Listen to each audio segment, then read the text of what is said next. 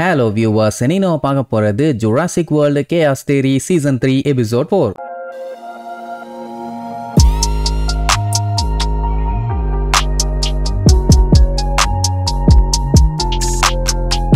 Open பண்ணா நம்ம smoothie பாத்தீங்கன்னா அப்படியே வீட்டை விட்டு தப்பிச்சு அங்க இருக்க மார்க்கெட்டுக்கு வந்துருச்சு. வந்தது அப்பதானே புதுசா உலகத்தையே பாக்குது. அங்கேயும் இங்கேயும் ஓடிட்டு இருக்குமா. அப்ப பாத்தீங்கன்னா அங்க ஒரு வெஜிடபிள் ஷாப் ஒன்னு இருக்கும். ரைட்டு சாப்பிடறதுக்கு கிடைச்சிருச்சுன்னு சொல்லிட்டு சாப்பிட போகும். கரெக்டா ஒரு தக்காளியும் கீழே வந்து விழுமா. எடுத்து ஜாலியா சாப்பிட்டுட்டு இருக்கும் போது வழியில அங்க இங்கன்னு காரு பைக்குன்னு வந்து சிக்கி சின்னாபின்னமாயி படாத பாடுபடும். எப்படியெல்லாம் வெளி உலகத்தை பார்த்து கொஞ்சம் பயந்துருச்சு. ஆனாலும் பரவாயில்லன்னு அந்த தக்காளி எடுத்துக்கிட்டு அங்க இருந்து போயிடும். அப்பந்தான் காட்டுறாங்க அந்த இடத்துல டைனோசரோட ஒரு ஃபெதர் வந்து விழும். அப்படின்னு அந்த பேர்டு டைனோசர் அங்கதான் சுத்திட்டு இருக்குது. அதே நேரம் இங்க வீட்டுல பாத்தீங்கன்னா இன்னும் பஞ்சாயத்து முடியல. யாஸ்மினா தான் பயங்கரமா போராடிட்டு இருக்கான். எப்படியாச்சும் நம்ம ப்ரூக்லினுக்கு ஹெல்ப் பண்ணணும்னு. டேரியஸும் சாமியும் சுத்தமா ஏத்துக்கிற மாதிரி இல்ல. அட வேற ஒண்ணும் இல்ல, அந்த ப்ரொஃபஸரை பத்தி கால் பண்ணி கேட்கறதுக்கு அவளுக்கு டைம் இருக்குது. நம்ம எல்லாம் அவளோட ஃப்ரெண்ட்ஸுங்க நம்ம கிட்ட பேசுறதுக்கு அவளுக்கு டைம் இல்லையா அப்படிங்கறத அவன் முத கேள்வி. அவளே ஒரு கொலகாரி கிட்ட மாட்டிக்கிட்டு இருக்கான். அவ இவங்களையும் கொல்ல ட்ரை பண்ணியிருக்கா, அவளையுமே கொல்ல ட்ரை பண்ணியிருக்கா. பேசி மாட்டினா ஏதாச்சும் பஞ்சாயத்து ஆயிரும்னு எவ்வளவோ யாஸ்மினா முட்டு கொடுப்பான். ஆனாலும் அவங்க ஏத்துக்கிற மாதிரி இல்ல. நம்ம எல்லாம் ஒரே ஃபேமிலி அப்படி இப்படின்னு எவ்வளவோ பேசி பாப்பா. ஆனா எதையுமே அவங்க கேட்கற மாதிரி இல்ல. அந்த டைம் வெளியில நம்ம கெஞ்சி கத்திட்டு இருக்க சவுண்ட் கேட்கும். என்னன்னா பாட்டி டைனோசரை மிஸ் பண்ணிட்டாங்கல்ல. அவங்க ஒன்னும் தெரிஞ்சு விடல, பாத்ரூம் போகட்டும்னு சொல்லி தான் விட்டுட்டு வந்திருப்பாங்க. அதுல கொஞ்சம் மறந்துட்டாங்க. அந்த கேப்ல எஸ்கேப் ஆயிருச்சு. ஆனா இதெல்லாம் கெஞ்சி கேட்டுட்டு இருக்க நிலைமையில இல்ல. ஏன்னா அவங்களுக்கு ஆல்ரெடி டைனோசர்னா பிடிக்காது. அப்ப வேணும்னு தான் பண்ணிருக்காங்க அப்படின்னு திட்டிட்டு எனக்கு உங்ககிட்ட பேசிட்டு இருக்கலாம் டைம் இல்ல, நான் டைனோசரை காப்பாத்த போகணும்னு சொல்லிட்டு வேகமா ஓடிடுவான். அப்புறம் மத்தவங்களும் இந்த நியூஸை கேட்டுட்டு ஷாக் ஆகி வெளியில வந்து என்ன ஆச்சுன்னு கெஞ்சிக்கிட்ட கேட்டுட்டு இருக்கும் போது திடீர்னு அந்த ஊர்ல பயங்கரமா பெல் சவுண்ட் கேட்கும். என்னன்னா இது ஒரு அபாய எச்சரிக்கை அப்படின்னா ஏதோ ஒரு பிரச்சனை, நம்ம சீக்கிரமா ஸ்மூதியை கண்டுபிடிச்சு ஆகணும்னு முடிவு பண்ணுவாங்க. அதே நேரம் இங்க அந்த டாட்சன் காண்டி இவங்க ரெண்டு பேரும் வெயிட் பண்ணிட்டு இருப்பாங்கல்ல. அந்த டைம் பாத்தீங்கன்னா நம்ம ப்ரூக்லின் அந்த இரும்பு கையை வச்சு வாட்டர் பாட்டில் எடுத்து தண்ணி தான் குடிக்க ட்ரை பண்ணுவா. அது லைட்டா குடிச்சாலே மொத்தமா நசிக்கிறது. இன்னும் அவளால அதை முழுசா கண்ட்ரோல் பண்ண முடியல. அதே நேரம் இங்க சயோனா செம காண்டாவான். ஏன்னா அவன் வரதுக்கு ரொம்ப நேரம் லேட் பண்ணிட்டு இருக்கானேன்னு. அந்த டைம் அங்க இருக்க டிவில நியூஸ் ஒன்னு ஓடிட்டு இருக்கும். அதாவது இட்டாலியன் ரீஜனல் கவுன்சிலரை டைனோசருங்க வந்து போட்டு தள்ளிருச்சுன்னு. ஏன்னா ஒரு பாடியில டைனோசர் அட்டாக் பண்ண கிளாஸ் சிம்பல் இருந்திருக்கும். அதை பார்த்தோன்னே இவளுக்கு செம காண்டாவும். ஏன்னா இந்த கவுன்சிலரை பத்தி தான் டாட்சன் முன்னாடி சயனா கிட்ட சொல்லியிருப்பாரு, அவனை போட்டு தள்ளணும்னு. வேண்டாம் கொஞ்சம் பொறுமையா இருங்க, நம்ம வழிக்கு நான் கொண்டு வரேன்னு சொல்லியிருப்பா. ஆனா இப்போ டைனோசரால செத்துருக்காருன்னா இவளோட ஆளை அவர் யூஸ் பண்ணி கொண்டுட்டாருன்னு தானே அர்த்தம். ஏன் டைனோசரை எப்படி இவன் யூஸ் பண்ணலான்னு டிவியை இழுத்து போட்டு உடைச்சிருவான். அடுத்த கொஞ்ச நேரத்திலேயே டாட்சன் பாத்தீங்கன்னா போனை நோண்டிக்கிட்டே உள்ள வருவான். என்ன நடந்துச்சு ஏது நடந்துச்சுன்னு ஒண்ணுமே தெரியாது. சாரிப்பா லேட் பண்ணிட்டேன், உங்க ரெண்டு பேத்துக்கு இன்னொரு ப்ராஜெக்ட் இருக்குது, எக்ஸ்ட்ராக்ஷன் ப்ராஜெக்ட் அப்படின்னு அந்த ப்ராஜெக்ட பத்தி சொல்லுவாரா. அதை கேட்டுட்டு அதை பண்றதுக்கு அவ தயார் தான். ஆனா அப்படியே இன்டைரக்டா சொல்லுவா, அந்த டாஸ்கை நான் என்னோட ஆளுகளை வச்சு பண்ணணும்னு தான் பாக்குறேன். ஆனா அவங்க தான் வேற ஒரு விஷயத்துல பிஸியா இருக்காங்களே, அதனால அந்த வேலைக்காக நான் டெலகார்ட்ட கூப்பிட்டுக்கிறேன் அப்படிங்கிற மாதிரி சொல்லுவா. என்ன அவன் கொஞ்சம் கோக்குமாக்கான ஆள் தான், ஆனா இந்த வேலைக்கு அவன் தான் கரெக்ட் அப்படின்னு உடனே அதை பத்தி எல்லாம் கண்டுக்கிற மாதிரியே இல்ல. பண்ணு பண்ணு, யாரை வேணாலும் கூப்பிட்டுக்க, எனக்கு அதை பத்தி எல்லாம் கவலை இல்ல, எனக்கு வேலை முடியணும், நீ ஓவன் கிரேடியை மட்டும் கண்டுபிடிச்சின்னா அவனே அந்த ராப்டாஸை பிடிக்க ஹெல்ப் பண்ணுவான் அப்படின்ட்டு நம்ம ஜுராசிக் வேர்ல்டு ஹீரோ இருக்கார்ல அவரை பத்தி தான் சொல்லுவாரு. என்ன அந்த டைம் சாக்லேட்டை பிரிக்கிறதுக்கு கொஞ்சம் படாத பாடுபட்டு இருப்பாரா. வந்து பிரிச்சு கொடுத்துட்டு இன்னும் ஒரு 48 மணி நேரத்துக்கு அப்புறம் நான் அப்டேட் பண்றேன் அப்படின்ட்டு அங்க இருந்து கிளம்பிடுவா. என்ன அங்க இருந்து போறப்போ உனக்கு டிவியும் ஒன்னு புதுசு தேவைப்படும்னு சொல்லிட்டு போவாளா. என்ன சொல்றான்னு சொல்லிட்டு அப்படியே எட்டி பார்த்தா அங்க டிவி உடஞ்சு கிடக்கும். அட சண்டாலிங்கிற மாதிரி லுக் கூடுவாரு. அப்படியே அங்க இருந்து போயிட்டு இருக்கும் போது நம்ம ப்ரூக்லின் ஏன் இந்த விஷயத்தை பத்தி நீங்க அவர்கிட்ட டைரக்டாவே பேசல, அதான் கவுன்சிலரை இவ பெர்மிஷன் இல்லாம போட்டு தள்ளி இருக்காருல்ல, அந்த விஷயத்தை பத்தி அவ அந்த மாதிரிலாம் கேட்க கூடாது. ஆப்பனன்ட் நமக்கு தெரியாம இப்படி வேலையை பார்த்தா நம்மளுமே சைலண்டா தான் வேலை பார்க்கணும்பா. அப்படி ஒரு வேலை கோவம் இருந்துச்சுன்னா அவர்கிட்ட கத்திட்டு வந்திருக்கலாமே, எதுக்கு இப்படியே விட்டுட்டு வரணும் அப்படின்னு கேப்பா. இந்த மாதிரி பிசினஸ் பண்ணும்போது எமோஷன்ஸை வெளியில காமிச்சிட்டு இருந்தா பிசினஸை ஒழுங்கா ரன் பண்ண முடியாது. அது மட்டும் இல்லாம இப்படி வரவன் போறவன் எல்லாம் தப்பு பண்றதை திட்டிட்டு இருந்தா ஒருத்தன் கூட மிஞ்ச மாட்டான். அதனால எமோஷன்ஸ் உன் பிசினஸை கெடுத்துரும். அது மட்டும் இல்லாம டாட்சன் அந்த அண்டர் கிரவுண்ட் பிளாக் மார்க்கெட் இருக்குல்ல, அதோட ஃபுல் கண்ட்ரோலையும் இவகிட்ட கொடுக்கறதா சொல்லியிருப்பாரு. அவர்கிட்ட போய் தேவையில்லாம மூஞ்ச காட்டணும்னா அது கம்ப்ளீட்டா இவங்க பிசினஸே கெடுத்துரும். அதனால தான் சைலண்டா இருந்தாம்பா. உடனே இங்க தான் ப்ரூக்லின் சும்மா சூப்பரா ஒரு பிளான் பண்ணுவா. எப்படி சொல்லியிருக்காருன்னா இதை மட்டும் நம்ம எப்படி நம்புறது,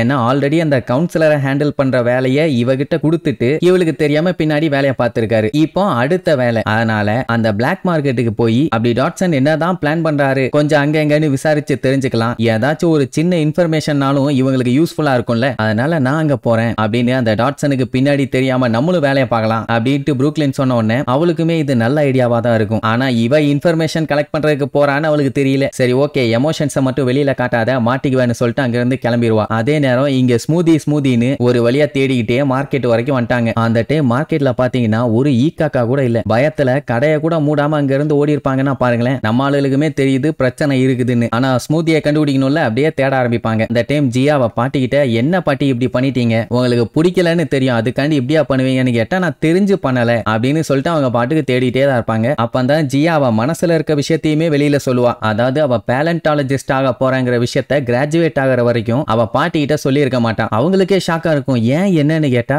ஏன்னா அவங்க பாட்டி தான் வேண்டாம்னு சொல்லியிருப்பாங்களே. ஸ்மூதி ஒரு இன்னசென்ட்டான கிரியேச்சர், அதையே அப்படி தூக்கி வீசிட்டீங்க. அப்படி இருக்கும்போது நான் இதை படிக்கிறேன்னு சொன்னா கூட நீங்க வேண்டாம் தானே சொல்லியிருப்பீங்க, அதான் நான் சொல்லலன்ட்டு அப்படியே சோகமா போவா. அந்த பாட்டிக்குமே கஷ்டமாயிரும். ஏன்னா அவங்க தான் வேணும்னே இதை பண்ணலையே. இதுல காமெடி என்ன தெரியுமா, அங்க இருக்க ஒரு கடையில ஆப்பிள் பழத்துக்கு நடுவுல தான் ஸ்மூதி படுத்து தூங்கிட்டு இருக்குது. இவங்க வந்திருக்காங்கன்னு தெரிஞ்சதுன்னா குடு குடு குடுன்னு ஓடி வந்துரும். ஆனா செம தூக்கம். இங்க யாஸ்மினா எப்படியாச்சும் சாமிய மாத்திரலாம், அவகிட்ட புரூக்லினோட நிலைமையை எடுத்து சொல்லி அவளை காப்பாத்த போகலாம், நீயும் கூடவான்னு சொல்லி எவ்வளவுதான் சொன்னாலும் அவளுக்கு அவ மேல கோவம் இன்னும் குறையவே இல்லை. என்னால அவளுக்காக ஹெல்ப் பண்ண முடியாதுங்கிற மாதிரி சொல்லிட்டு கிளம்பிடுவா. இங்க ஸ்மூதி பாத்தீங்கன்னா ஒரு வழியா எந்திரிச்சிருச்சு. அது பேசாம இருக்குன்னு பார்த்தா குடு குடு குடுன்னு எங்கேயோ ஓட ஆரம்பிக்கும். இங்க இவங்க ஸ்மூதின்னு கத்திட்டு இருப்பாங்களா, எப்படியோ ரொம்ப நேரமா போயிட்டு இருக்கும். திடீர்னு பாத்தீங்கன்னா ஒரு சந்துக்குள்ள கீச்சின்னு சவுண்ட். என்னடான்னு பார்த்தா ஸ்மூதி ஒரு வழியா கண்டுபிடிச்சிட்டாங்க. அப்பாடான்ட்டு அதை எடுக்க போனா இருட்டுக்குள்ள என்னத்தையும் பார்த்து கத்திக்கிட்டு இருக்கும். என்னடான்னு அப்படியே இருட்டுக்குள்ள ஜூம் இன் பண்றாங்க. பாத்தீங்கன்னா அந்த பைரோராப்டர் அப்படியே முறைச்சா மேனிக்கு வந்து ஒரு கத்தும் எல்லாத்துக்கும் அள்ளு விட்டுரும். அப்படியே கட் பண்ணி புரூக்லினை காட்டுறாங்க. அவ பாத்தீங்கன்னா பிளாக் மார்க்கெட்டுக்கு வந்துட்டான். வந்தவ அப்படியே ஒவ்வொரு இடமா சுத்தி பாப்பா. அங்க பாத்தீங்கன்னா டைனோசரோட முட்டை, டைனோசரோட கறி, டைனோசரோட எலும்புன்னு டைனோசர்ஸை கண்டம் பண்ணி வச்சிருப்பானுங்க. அது மட்டும் இல்லாம காசுக்கு டைனோசர்ஸ் எல்லாம் வித்துட்டு இருக்கானுங்க. டைனோசர்ஸோட சண்டை இதெல்லாம் அப்படியே பயங்கரமா போயிட்டு இருக்கும். இந்த இடத்த தான் ஜுராசிக் வேர்ல்டு மூவி இருக்குதுல்ல, அதோட 3rd பார்ட்ல காமிச்சிருப்பாங்க. அப்ப அங்க இருக்க ஒரு மொட்டை நம்ம புரூக்லினை பயமுறுத்துற மாதிரி பேசிட்டு இருப்பான். அதுவும் கத்திய வச்சு மிரட்டுவானா. அவ கேஷுவலா அந்த கத்திய பிடிச்சி ஒரு அமுக்கு அப்படி அமுக்கிட்டு டைனோசர்ஸை பத்தி கொஞ்சம் தெரிஞ்சுக்கலாமா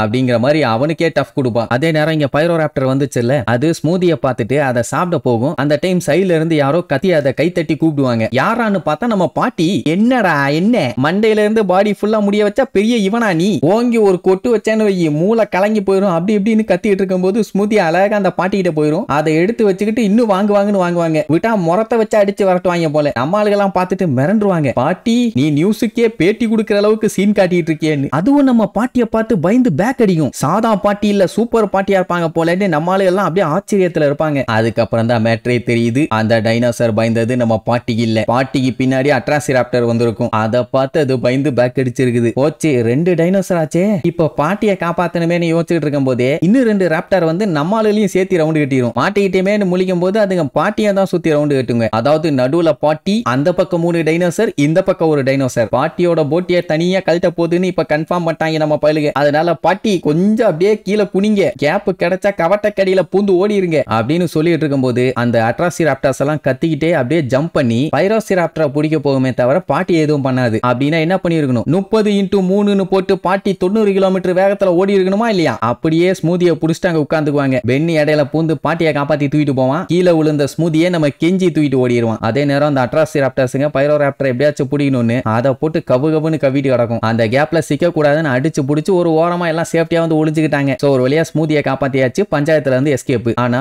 இந்த அட்ராசிராப்டர்ஸ் இங்க என்ன பண்ணிட்டு இருக்குதுங்க, இதுங்களுக்கு இங்க என்ன வேலைன்னு இவங்க யோசிச்சுட்டு இருக்கும் போதே அந்த விசில் சவுண்ட் கேட்கும். யாருன்னு தெரியுதா, அந்த டோரா மண்டக்காரி. போய் என்ன ஏதுன்னு எட்டி பார்ப்பாங்க. ஒரு வேன் வந்து நிக்கும். அந்த டோரா மண்டக்காரி வந்து விசில ஊதுவா. அட்ராசிராப்டர்ஸ் பைரோராப்டரை மிரட்டியே அந்த வண்டியில ஏத்திடுங்க. அவ்வளவுதான், டாஸ்க் கம்ப்ளீட். அங்க இருந்து கிளம்பிடுவா. நல்ல வேலை நம்ம ஆளுகளை பார்க்கல, படுத்திருந்தானா படுக போட்டு பாட கட்டி இருப்பா. அதுக்கப்புறம் என்ன ஸ்மூத்தியை எடுத்து வச்சுக்கிட்டு கொஞ்சின்னு கொஞ்சிட்டு இருப்பாங்க. சொல்லாம கொள்ளாம இப்படி ஓடிட்டியமான்னு. அதுக்கப்புறம் தான் பாட்டி இதை வேணும்னு பண்ணலன்னு புரிஞ்சு போய் கெஞ்சி என்னைய மன்னிச்சிருங்கன்னு பாட்டி கிட்ட கட்டி பிடிச்சி கதருவான். ஜியாவுமே கொஞ்சம் ஓவரா பேசிட்டால, அதனால பாட்டி கிட்ட மன்னிப்பு கேட்க வருவா. ஆனா அதுக்கு முன்னாடி பாட்டி மன்னிப்பு கேட்டு நீ எனக்கு டைனோசர்ஸை பத்தி சொல்லி கொடுமா, நான் கத்துக்கிறதுக்கு ஆர்வமா இருக்கேன்னு சொல்லுவாங்க. சோ பாட்டி panchayat over, smoothie panchayat over. அப்பதான் டேரியஸ் ஒரு மேட்டரை கண்டுபிடிக்கிறான். இந்த ஹேண்ட்லர் இருக்கால, இவ பாத்தீங்கன்னா பயோசினுக்கு ஒர்க் பண்ணிட்டு இருக்கான். அப்படின்னா புரூக்லின் கரெக்டா தான் பண்ணிட்டு இருக்கா, நம்ம அவளை ஃபாலோ பண்ணி போயாகணும் அப்படிங்கிற மாதிரி டேரியஸ் இப்ப மனசு மாறிடுவான். ஆனா சாமி இன்னும் கத்திட்டு தான் இருப்பான். அப்படின்னா புரூக்லின் பயோசின் புரோக்கருக்கு இடையில போய் தான் இப்ப வேலையை பார்த்துட்டு இருக்கா. அவளால தனியா அந்த வேலையை பண்ண முடியாது. ஏன்னா பெரிய விஷயத்த அவ ஒத்தாலா ஹேண்டில் பண்றா. அவ இவ்வளவு பெரிய பஞ்சாயத்துல மாட்டிட்டு இருக்கான்னு அவளுக்குமே தெரியுமான்னு தெரியல. அவ நம்புற ஆளுங்க நம்ம மட்டும் தான். சோ நம்ம கண்டிப்பா அவளுக்கு ஹெல்ப் பண்ணணும்னு டேரியஸ் முடிவு பண்ணிட்டான். மத்தவங்களுமே ரெடிங்கிற மாதிரி தான் லுக் விடுவாங்க. அதே நேரம் புரூக்லின் அந்த அந்த மொட்டை கூட டைனோசர்ஸ பத்தி தெரிஞ்சுக்க போறப்போ